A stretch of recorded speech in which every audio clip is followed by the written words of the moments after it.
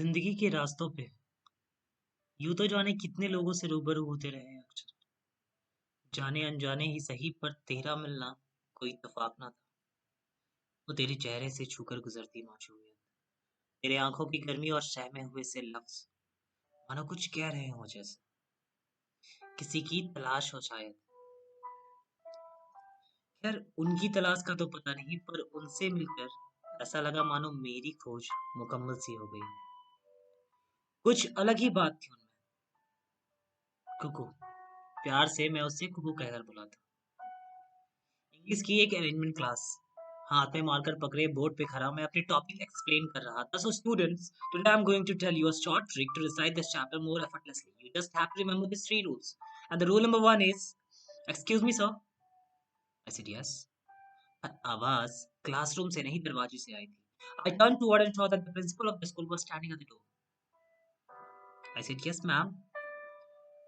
Mr. Suraj, she is here for the demonstration class for an English teacher and you have to be there for the inspection. इतना कहते हुए principal ने उनकी तरफ इशारा करते हुए उनसे कहा, यू मे प्रोसीड। ये कहकर प्रिंसिपल तो चली गई।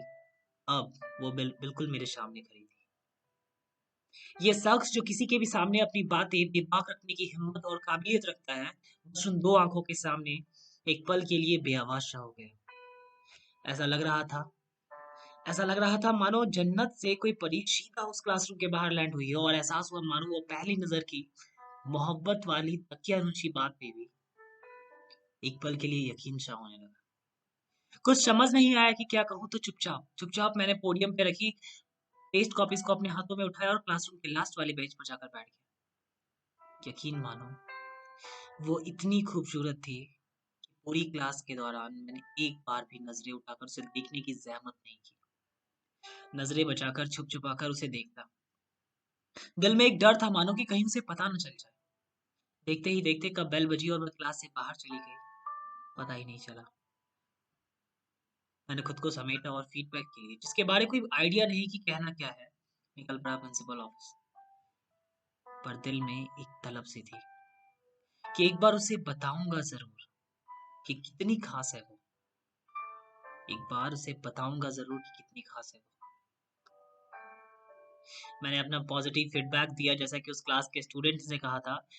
उसकी सिलेक्शन भी हो गई। वो खुश होगी शायद, शायद, पर उससे भी ज्यादा खुश कोई और भी था। अगले दिन से उसने स्कूल ज्वाइन भी कर लिया, पर वो पीआरटी ब्लॉक से थी और मैं टीजीटी से। मुलाकात तो छोड़ो, कितने दिनों तक उसे देखना भी नसीब ना हुआ। पर उससे एक बार बात तो करनी थी, किसी बहाने से ही सही, लेकिन बात तो करनी थी। पर कब, कब और कैसे?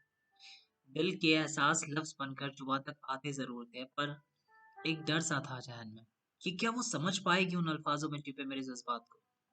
कहीं उसे मेरे इरादे नेक ना लगे तो। मैं तो बस उससे दो बातें करना चाहता था, फिर वो दोस्त बनकर ही सही। दिन, सप्ताह, महीने बीते। आखिरकार काफी इंतजार और जद्दोजहद के बाद मुझे वो मौका मिल ही गया जिसकी मुझे कब से तलाश थी। स्कूल में होली की लीव होने को थी। सारे टीचर्स एक जगह पर इकट्ठा हुए। वो बिल्कुल अकेले उस रूम की खिड़की के पास वाली सीट पर बैठी थी। मैंने फैसला कर लिया कि आज चाहे जो हो जाए, बात तो करके रहूंगा। मैंने हिम्मत जुटाई, खुद को समेटा और थोड़ी दूरी बनाए उसके पास वाली सीट पर जाकर बैठ गया। पर मुझे यह समझ नहीं आ रहा था कि शुरुआत कैसे करूं। उस पल में मुझे एहसास हुआ कि शुरुआत, सबसे ज्यादा डर हमें उन लोगों से लगता है ना, जिनका दिल हम गलती से भी कभी दुखाना नहीं चाहते। सरफरोश से बंदे को पूरे 10 मिनट लगे खुद को समेट कर उसे पहली लाइन बोलने में, और वो ये था कि hi, I am Suraj and you. क्या करूं, उसकी खामोशी में मैं उसका जवाब ढूंढने लगा। मैंने बहुत देर इंतजार किया, पर उसका कोई जवाब नहीं आया। थोड़ी ही देर में स्कूल की छुट्टी हो गई।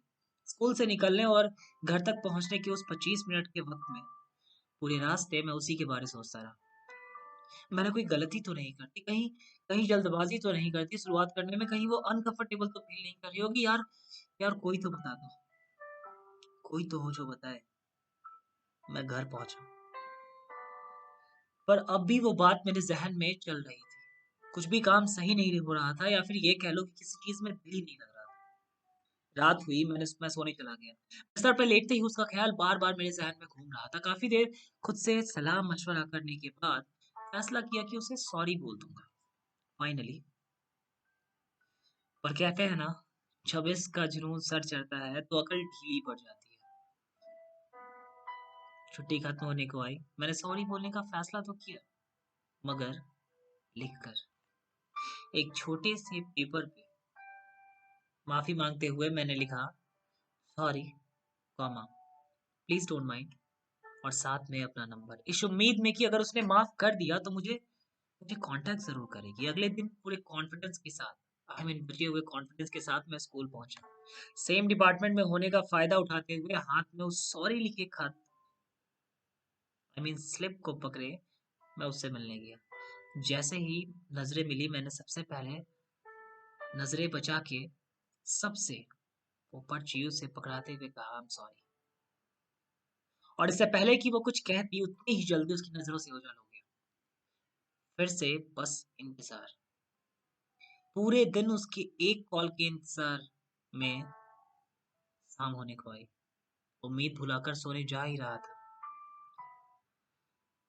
तभी मेरे फ़ोन की घंटी बजी। मैंने देखा तो कोई व्हाट्सएप मैसेज था। मैंने मैसेज खोला तो लिखा था, hi, I am Saanvi. Please don't mind, I didn't reply at that moment. Full stop.